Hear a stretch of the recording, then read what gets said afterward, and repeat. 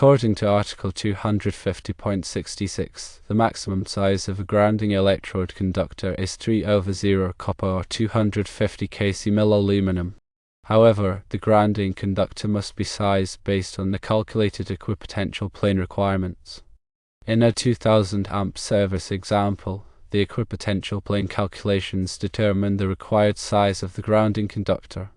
It's not appropriate to simply use the 3/0 copper conductor as per the Article 250.66 maximum size without performing the required calculations. Now let's look at bonding wire size.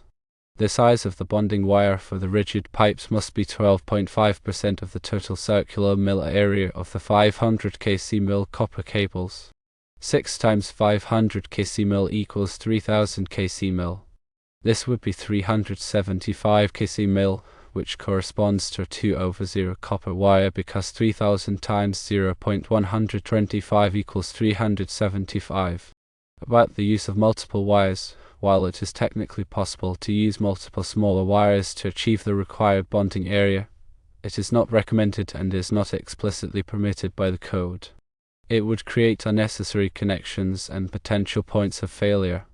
Regarding code acceptance, proper sizing of the grounding electrode conductor and bonding wires is essential for safety and compliance with the National Electrical Code. Failure to follow the code requirements could result in hazardous conditions and could lead to code violations during an inspection. In conclusion, the size of the grounding electrode conductor and bonding wires should be determined through proper calculations and in accordance with the National Electrical Code requirements. It's not appropriate to use arbitrary sizes based on maximum values in the code. Using multiple smaller wires instead of a single appropriately sized wire is not recommended. Let's delve a bit deeper into the grounding electrode conductor requirements. The grounding electrode conductor connects the system grounded conductor, typically the neutral, or the equipment grounding conductors, or both, to the grounding electrode. Its primary function is to provide a low impedance path for fault current to return to the source, facilitating the operation of overcurrent protective devices such as circuit breakers or fuses. Article 250 of the National Electrical Code provides comprehensive guidelines for grounding and bonding. Section 250.66 specifically addresses the sizing requirements for grounding electrode conductors. While it does state that the grounding electrode conductor does not need to be larger than 3/0 copper or 250 kcmil aluminum when connected to a rod, pipe, or plate electrode, this is a maximum limit, not a default size. The actual size must be determined based on the size of the service entrance conductors. The basic principle is that the grounding electrode conductor must be sized no smaller than specified in Table 250.66, based on the size of the service entrance conductors. Now let's talk about equipotential planes, which are crucial for ensuring electrical safety, especially in areas where personnel may be exposed to electrical equipment. An equipotential plane is a bonding system intended to minimize voltage differences within a specific area. This is achieved by connecting all exposed metal parts and conductive surfaces to a common grounding point, thereby creating a zone where there is minimal potential difference. The purpose is to reduce the risk of electric shock by ensuring that a person in contact with multiple grounded objects is not exposed to a dangerous voltage gradient. Now consider the bonding of metal conduits. When metallic conduits are used to enclose service entrance conductors, they must be properly bonded to ensure a continuous low impedance ground fault current path. This bonding is typically achieved by using bonding bushings and bonding jumpers. The size of the bonding jumper is determined by the size of the service entrance conductors, as outlined in 250.102c. The requirement for bonding bushings and jumpers on rigid metal conduit and intermediate metal conduit is essential for several reasons. Firstly, it maintains the electrical continuity of the ground fault current path. In the event of a ground fault, the fault current needs a reliable and low impedance path to return to the source to trip the overcurrent protection device. Secondly, it minimizes voltage potential between metal parts. Proper bonding ensures that all metal components are at or near the same electrical potential, reducing the risk of shock. And thirdly, it reduces electromagnetic interference. Bonding and grounding can help minimize electromagnetic interference by providing a path for unwanted noise to dissipate. Now regarding the specific scenario of parallel conductors, when multiple conductors are run in parallel for a service, the bonding requirements become more intricate. Each conduit containing the parallel conductors must be bonded. The size of the bonding jumper for each conduit is based on the size of the conductors within that conduit. It is essential to calculate the total circular mil area of all the conductors in each conduit to determine the appropriate bonding jumper size. In the example provided, 6 3-inch rigid conduit pipes each contain 3 500 kc mil copper conductors. The calculation for the bonding wire size involves determining 12.5% of the total circular mil area of the conductors in each conduit. For a single 500 kc mil conductor, the circular mil area is 500,000. With 3 500 kc mil conductors in each conduit, the total circular mil area per conduit is 1,500,000. 5% of 1,500,000 is 187,500 circular mils. According to standard wire size charts, this corresponds to a 4/0 AWG copper conductor. This calculation highlights that the bonding jumper size for each conduit must be substantial to handle potential fault currents. Now let's consider the use of multiple smaller wires. While it might seem acceptable to use multiple smaller wires to achieve an equivalent circular mil area as a larger conductor, this approach is generally not recommended and may not comply with the National Electrical Code for several reasons. Firstly, increased impedance. Multiple smaller conductors have a higher impedance than a single larger conductor with the same total circular mil area. This is due to the increased surface area and the skin effect, which can impede the flow of high-frequency fault currents. Secondly, reliability concerns. Multiple connections introduce more potential points of failure. Each connection is a potential source of corrosion, loosening, or improper installation, which can compromise the integrity of the grounding and bonding system. Thirdly, code compliance. The National Electrical Code favors the use of single, appropriately sized conductors for grounding and bonding. While it does not explicitly prohibit the use of multiple smaller conductors in all cases, it emphasizes the need for a reliable, low-impedance ground fault current path, which is best achieved with a single conductor. Using multiple smaller wires can also lead to confusion during inspections and maintenance, as it may not be immediately clear whether the installation meets the code requirements. Now let's talk about grounding electrode conductor installation.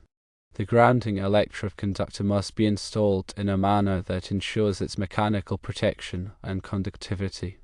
It should be securely fastened to the surface on which it is carried and protected from physical damage. When run in metal conduit, the conduit must be bonded to the grounding electrode conductor at both ends to ensure electrical continuity. The grounding electrode conductor should be continuous, without splices or joints, except where specifically permitted by the code. Any splices must be made using reversible compression connectors listed for the purpose. Now for the connection to the grounding electrode. The grounding electrode conductor must be connected to the grounding electrode using suitable methods.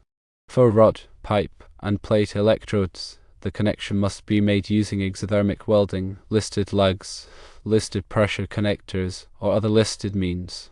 The connection must be accessible and protected from physical damage. Now let's talk about inspection and compliance.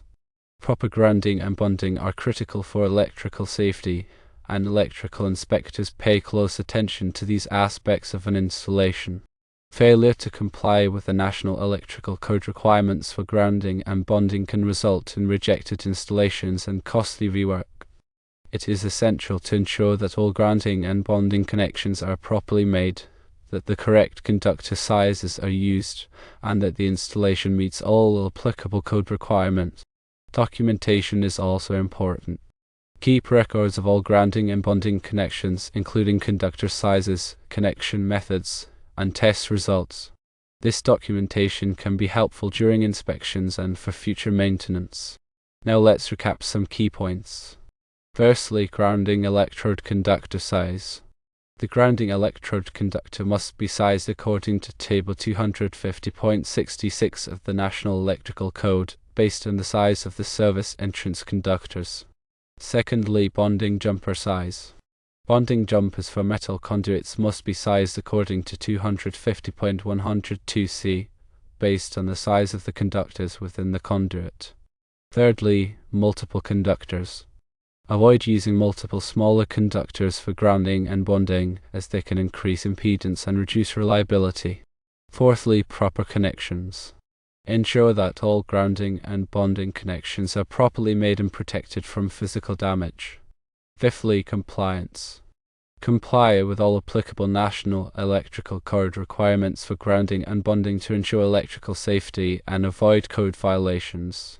By following these guidelines and performing thorough calculations, electrical professionals can ensure that grounding and bonding systems are properly designed and installed, providing a safe and reliable electrical system. Now let's consider some additional factors that can influence the selection and installation of grounding and bonding conductors. Firstly, material compatibility.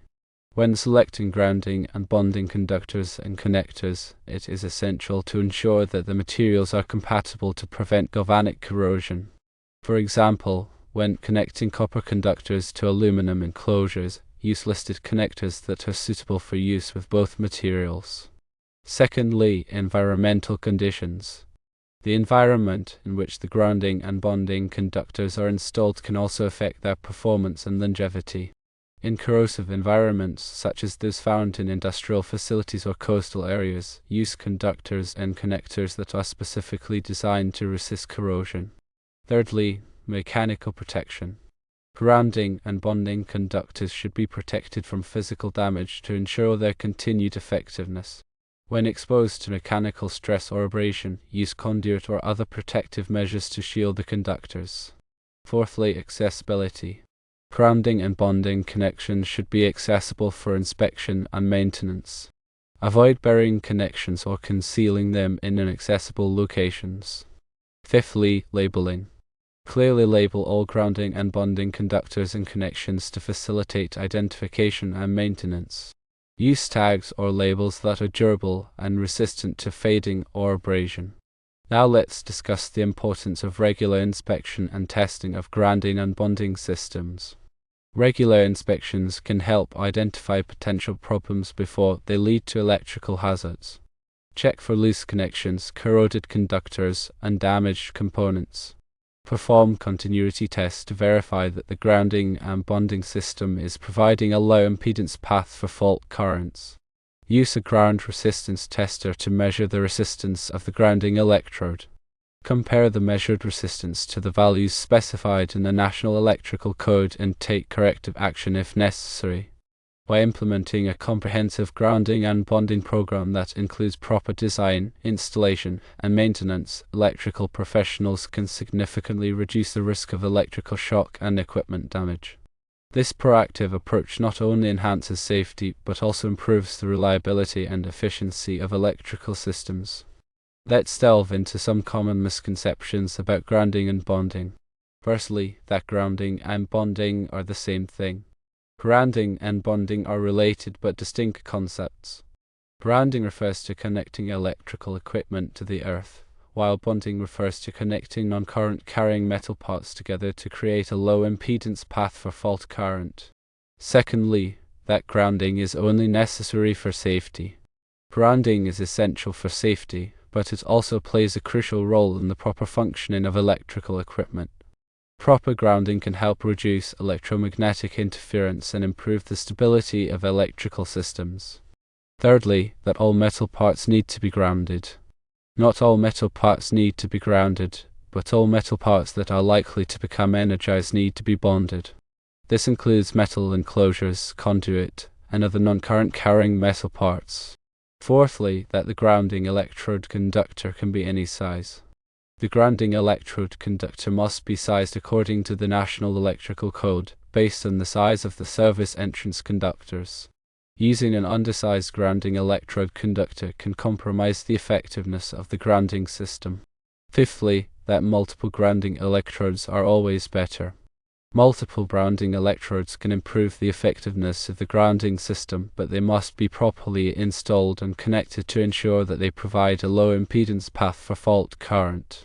Now let's discuss the role of overcurrent protection in grounding systems. Overcurrent protection devices, such as circuit breakers and fuses, are designed to protect electrical circuits from overloads and short circuits. These devices rely on a properly grounded system to quickly clear faults and prevent electrical hazards. When a ground fault occurs, the fault current flows through the grounding system back to the source. If the grounding system is properly designed and installed, the fault current will be high enough to trip the overcurrent protection device, disconnecting the faulty circuit and preventing further damage or injury. However, if the grounding system is inadequate, the fault current may be too low to trip the overcurrent protection device, resulting in a sustained fault that can lead to overheating, fire, or electrical shock. Therefore, it is essential to ensure that the grounding system is properly designed and installed in conjunction with appropriate overcurrent protection devices. The overcurrent protection devices should be sized and selected to coordinate with the grounding system to provide effective protection against ground faults. Now let's discuss the impact of harmonics on grounding systems. Harmonics are non-sinusoidal currents and voltages that can be generated by nonlinear loads such as electronic devices, variable frequency drives, and fluorescent lighting. These harmonics can cause a variety of problems in electrical systems, including overheating of neutral conductors, increased voltage distortion, and malfunction of sensitive electronic equipment. Harmonics can also affect the performance of grounding systems. Harmonic currents can flow through the grounding system, increasing the impedance of the ground path and reducing its effectiveness. In severe cases, harmonic currents can cause the grounding system to resonate, leading to high voltage levels and potential equipment damage. To mitigate the effects of harmonics on grounding systems, it is important to use appropriate grounding techniques and equipment. This may include using oversized neutral conductors, installing harmonic filters, and using isolated ground systems. It is also important to regularly monitor the grounding system for harmonic currents and voltages and take corrective action if necessary. Now let's discuss the use of surge protection devices in grounding systems. Surge protection devices are designed to protect electrical equipment from voltage surges caused by lightning strikes, power line switching, and other transient events. These devices divert the surge current to ground, preventing it from damaging sensitive electronic equipment. Surge protection devices rely on a properly grounded system to effectively divert surge currents. If the grounding system is inadequate, the surge current may not be effectively diverted to ground, resulting in damage to the protected equipment. Therefore, it is essential to ensure that the grounding system is properly designed and installed in conjunction with surge protection devices. The surge protection devices should be connected to the grounding system using short, low-impedance conductors to minimize the voltage drop during a surge event. It is also important to use surge protection devices that are listed for the intended application and that are properly coordinated with the grounding system. Now let's discuss the grounding requirements for sensitive electronic equipment. Sensitive electronic equipment, such as computers, data processing equipment, and medical equipment, requires special grounding to ensure its proper operation and to protect it from damage. This equipment is often susceptible to voltage fluctuations, electromagnetic interference, and other electrical disturbances. To provide adequate protection for sensitive electronic equipment, it is often necessary to use isolated ground systems. An isolated ground system is a separate grounding system that is isolated from the normal building grounding system. This system provides a dedicated low-impedance path for fault currents, reducing the risk of voltage fluctuations and electromagnetic interference. Isolated ground systems typically use orange-colored receptacles and conductors to distinguish them from the normal building grounding system. It is important to ensure that isolated ground systems are properly designed and installed in accordance with the National Electrical Code and the manufacturer's recommendations. Now let's discuss the grounding requirements for hazardous locations. Hazardous locations are areas where flammable gases, vapors, or dust may be present, creating a risk of explosion or fire. Electrical equipment installed in hazardous locations must be specifically designed and installed to prevent ignition of the flammable substances. Grounding is a critical aspect of electrical safety in hazardous locations. All electrical equipment in hazardous locations must be properly grounded to prevent the accumulation of static electricity and to provide a low impedance path for fault currents. The grounding system must be designed to minimize the risk of spark ignition, and all grounding connections must be made using approved methods and materials. It is important to consult the National Electrical Code and other applicable standards when designing and installing grounding systems in hazardous locations.